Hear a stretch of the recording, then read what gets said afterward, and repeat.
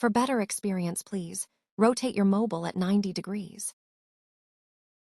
నమస్తే DSC అభ్యర్థులారా, DSC preparation 2025కు స్వాగతం. అయితే మనం ఈరోజు చర్చించుకోబోయే విషయం ఏంటి అంటే ఉపాధ్యాయ బదిలీల చట్టం ద్వారా బదిలీలు ఎలా జరుగుతాయి, ఏ రకంగా ఖాళీలు ఏర్పడతాయి, ఈ విషయాలన్నీ ఎప్పుడు తెలుస్తాయి అనే విషయాలన్నీ కూడా ఈ వీడియోలో చర్చించుకుందాం. అయితే అంతకంటే ముందు మన ఛానల్కి ఎవరైనా కొత్తగా వచ్చి ఉంటే కనుక ఖచ్చితంగా సబ్స్క్రైబ్ చేసుకోండి. ఎందుకంటే మన ఛానల్ ద్వారా ఏపీడిఎస్సికి సంబంధించినటువంటి అన్ని మెథడ్స్ మరియు కంటెంట్కి సంబంధించిన షార్ట్ రివిజన్ నోట్స్ను పీడిఎఫ్ రూపంలో అతి తక్కువ ధరకే అందిస్తున్నాం. ఇప్పటికే మెథడ్స్, సోషల్ కంటెంట్ ఎస్జిటి వాళ్ళకు రెడీగా ఉంది. మొత్తం ఒక సబ్జెక్టు 20 నుంచి 25 పేజీల్లో పూర్తయ్యేటట్టుగా తయారు చేశాం. కాబట్టి ఈ పీడిఎఫ్ల ఖరీదు కూడా చాలా తక్కువ. ఒక్కో సబ్జెక్టు 20 నుంచి 30 రూపాయలు మాత్రమే ఉండేటట్టుగా తయారు చేశాం. అతి తక్కువ పేజీల్లో నోట్స్ ప్రిపేర్ చేయడం వల్ల వీటి ద్వారా మీరు చాలా ఫాస్ట్గా రివిజన్ చేసుకోవచ్చు.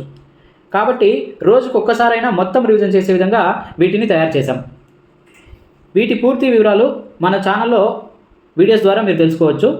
కాబట్టి వాటిని కూడా ఒకసారి చూడండి. అయితే ఈ రోజు నుంచి రోజు ఫ్రీగా ప్రతి సబ్జెక్టు కూడా ఫాస్ట్ రివిజన్ క్లాసులు కూడా తొందరలో స్టార్ట్ అవుతాయి. అవి కూడా మీ టైం వేస్ట్ చేయకుండా, మీ ప్లాన్ను డిస్టర్బ్ చేయకుండా, మీరు నిద్రపోయే ముందు కానీ, భోజనం చేసే సమయాల్లో కానీ, ఫ్రీగా ఉన్నప్పుడు కానీ వినడానికి, రివిజన్ చేసుకోవడానికి అనుకూలంగా రూపొందించబడతాయి. ముఖ్యంగా గృహిణులు, ఉద్యోగస్తులు రోజువారీ పనులు చేసుకుంటూ ఈ క్లాసులు వినడం ద్వారా చాలా ఉపయోగకరంగా ఉంటుంది. కాబట్టి ఖచ్చితంగా మన ఛానల్ను సబ్స్క్రైబ్ చేసుకుని ఈ వీడియోను కంటిన్యూ చేయండి. ఇక లేట్ చేయకుండా మనం వీడియోలోకి వెళ్ళిపోదాం.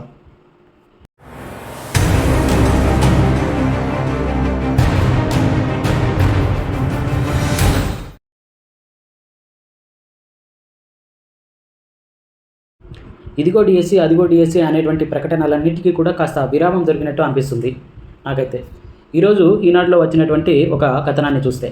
ఎందుకంటే వారంలో డిఎస్సి, 2 రోజుల్లో డిఎస్సి నోటిఫికేషన్ అంటూ ఇలాంటి ప్రకటనలు చేసి అభ్యర్థులు చూసి అలవాటు పడిపోయారు. కాబట్టి ఇక 2 రోజుల్లో డిఎస్సి, 3 రోజుల్లో డిఎస్సి అనేటువంటి కాలం వచ్చేసింది. ఇక అంతకు మించి ఇంకా డైరెక్ట్గా రేపే డిఎస్సి నోటిఫికేషన్ అనేటువంటి ప్రకటనలు కూడా మనం చూస్తూ వస్తున్నాం. ఇక డేట్ క్లారిటీ చెప్పకుండా నోటిఫికేషన్ ఇస్తాం అని చెప్తే ఎవరు నమ్మే స్థితిలో లేరని ఇలా చెప్తున్నారేమో అని నాకు అనిపిస్తుంది. అయితే నేను మాట్లాడబోయే వార్తా కథనం ఇది ఈరోజు ఈనాడు పత్రికలో ప్రచురితమైంది. ఇన్నాళ్ళు మనం చూస్తున్నటువంటి ఒట్టి ప్రకటనల కంటే ఇది చాలా భిన్నంగా ఒక కార్యాచరణను తెలియజేసే విధంగా ఉంది. అయితే ఈ విషయం డిఎస్సి అభ్యర్థులకి కూడా చాలా ఇంపార్టెంటే. కాబట్టి ఈ విషయం గురించి నేను ఇంతకుముందే చాలాసార్లు వీడియోస్లో చెప్పాను. అయితే ఈ కథనం చివరిలో కూడా ఒక ట్విస్ట్ ఉంది, అది కూడా మనం గమనిద్దాం. మే నెలలో ఉపాధ్యాయుల బదిలీలు, పాఠశాల విద్యాశాఖ కసరత్తు. ప్రభుత్వ ఉపాధ్యాయులకు వచ్చే మే నెలలో బదిలీలు చేపట్టేందుకు పాఠశాల విద్యాశాఖ కసరత్తు చేస్తుంది. వారి బదిలీలకు సంబంధించి కూటమి ప్రభుత్వం ప్రత్యేక చట్టం తీసుకువచ్చింది. అదే ఉపాధ్యాయ బదిలీల చట్టం 2025. మొదటిసారి ఈ చట్టం ప్రకారం బదిలీలు చేయబోతున్నారు. జీవో 117ను రద్దు చేసి ప్రత్యామ్నాయంగా తీసుకువచ్చే చర్యలపై ఇప్పటికే క్షేత్రస్థాయిలో అధికారులు కసరత్తు చేస్తున్నారు. ఈసారి ఆదర్శ పాఠశాలల విధానం తీసుకురాబోతున్నారు. ఇది మాత్రమే కాదండి, మొత్తం 5 రకాల పాఠశాలలు ఉన్నాయి. అందులో ఈసారి కొత్తగా ఆదర్శ పాఠశాలల విధానం అనేది తీసుకొస్తున్నారు. అందుకు అనుగుణంగా ఉపాధ్యాయుల సర్దుబాటు చేపట్టనున్నారు. రాష్ట్ర వ్యాప్తంగా 1 నుంచి 5 తరగతులకు 5 ఉపాధ్యాయుల చొప్పున ఈ ఆదర్శ పాఠశాలలో కేటాయిస్తూ ఈ విధానాన్ని తీసుకొస్తున్నారు. ఇప్పటి వరకు ఈ ప్రక్రియ 95% పూర్తయింది. అంటే ఈ పాఠశాలలు సెలక్షన్ చేయడం, అంటే మోడల్ స్కూల్స్ ఎక్కడెక్కడ ఏమేమి ఉండాలి అనేటువంటి సెలక్షన్ అనేది 95% పూర్తయింది. ఇంకా 430 బడులకు సంబంధించి నిర్ణయం తీసుకోవాల్సి ఉంది. మొదటి విడతగా మనకు 7,500కు పైగా ఆదర్శ ప్రాథమిక పాఠశాలలో ఏర్పాటయ్యే అవకాశం కనిపిస్తుంది. రాబోయే సంవత్సరాల్లో మళ్ళీ పెరిగే ఛాన్స్ ఉంది అని లోకేష్ గారు అయితే అసెంబ్లీలో చెప్పారు. కానీ పెరిగే ఛాన్స్ కాదు, నిజానికి తగ్గే ఛాన్స్ ఉంది అని నా అభిప్రాయం. వార్డు లేదా గ్రామ పంచాయతీకో బడి ఏర్పాటు చేసేలా ప్రణాళికను రూపొందించారు. ఈ నెల 30 నాటికి ఈ ప్రక్రియ మొత్తం ముగిసే అవకాశం ఉంది.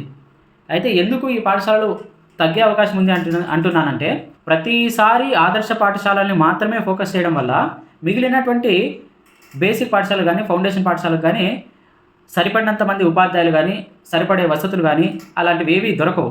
అలాంటప్పుడు ప్రతి ఒక్క తల్లిదండ్రులు కూడా వాళ్ళకి దగ్గరలో ఉన్నటువంటి ఆదర్శ పాఠశాలకు పంపించాలనే ప్రతి ఒక్క తల్లిదండ్రులు కూడా కోరుకుంటారు. కాబట్టి ఈ రకంగా ప్రభుత్వం ఆదర్శ పాఠశాలని హైలైట్ చేసి మిగిలిన 2-3 రకాల పాఠశాలల్ని నిర్వీర్యం చేస్తుంది. ఇది మరొక రకంగా పరోక్షంగా జీవో 117ను రద్దు చేసి పరోక్షంగా పాఠశాలల్ని మరొకసారి విలీనం చేసే ప్రక్రియగా మనం భావించవచ్చు. మరోవైపు చూసుకుంటే సీనియారిటీ జాబితా విడుదల. ఉపాధ్యాయుల సీనియారిటీ జాబితాలను ఈ నెల 20 నాటికి పూర్తి చేయనున్నారు. ఆల్రెడీ సీనియారిటీ జాబితాలు 2-3 సార్లు వచ్చాయి. ఇప్పటికే పలుమార్లు వాటిని విడుదల చేసి అభ్యంతరాలు స్వీకరించారు. మరోసారి సరిచూసుకొని తుది జాబితాను విడుదల చేశారు. మరోపక్క ఆదర్శ ప్రాథమిక పాఠశాలల ఏర్పాటు, ఉపాధ్యాయ పోస్టుల హేతుబద్ధీకరణ ప్రక్రియ పూర్తి చేయనున్నారు. అంటే మొత్తం సీనియారిటీ లిస్టు మనకి రెడీ అయిన తర్వాత ఫస్ట్ ఆదర్శ ప్రాథమిక పాఠశాలలు ఒక ప్రాంతంలో ఎన్ని ఉండాలి అనేది డిసైడ్ అయిన తర్వాత ఆ ప్రాంతంలో ఉన్నటువంటి టీచర్స్ అందరినీ కూడా ఏ స్కూళ్ళకి ఎంతమందిని వాళ్ళని సర్దుబాటు చేయాలి అనేది ఫస్ట్ లిస్ట్ అవుట్ చేస్తారు. ఆదర్శ పాఠశాలలకు పోస్టుల సర్దుబాటు, విద్యార్థుల సంఖ్య ఆధారంగా అవసరమయ్యే బడులకు పోస్టులను మార్పు చేస్తారు. సో ఈ రకంగా మొత్తం స్కూళ్ళల్లో ఎంతమంది ఉపాధ్యాయులు ఏ కేటగిరీలో ఎంతమంది కావాలా అనేది లిస్ట్ అవుట్ చేస్తారు. దానికి ఆర్థిక శాఖ అనుమతి తీసుకున్న అనంతరం పాఠశాలల్లో పోస్టులపై ఒక క్లారిటీ వస్తుంది, స్పష్టత వస్తుంది. దీని ప్రకారం అప్పుడు బదిలీలు చేపట్టే అవకాశం ఉంది. ఈ బదిలీలు ఎప్పుడు చేపడతారు అంటే మే మొదటి వారంలో బదిలీలకు ప్రకటన విడుదల చేస్తారు. ప్రక్రియ ఆన్లైన్లో నిర్వహిస్తారు. ఖాళీల ఆధారంగా ఐచ్ఛికాలను నమోదు చేసుకోవాలి.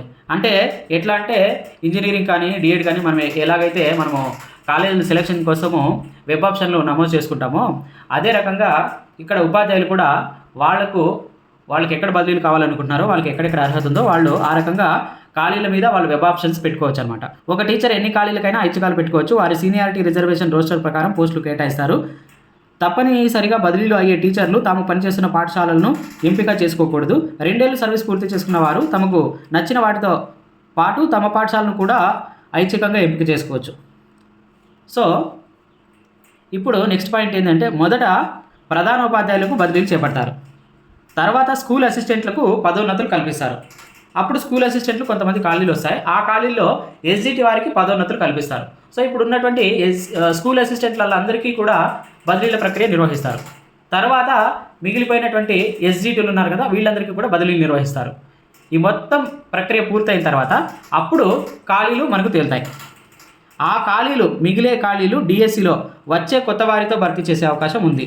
అంటే మనకేమర్థమవుతుందంటే బదిలీలను మే 30 లోపు పూర్తి చేయాలని నిర్ణయించారు.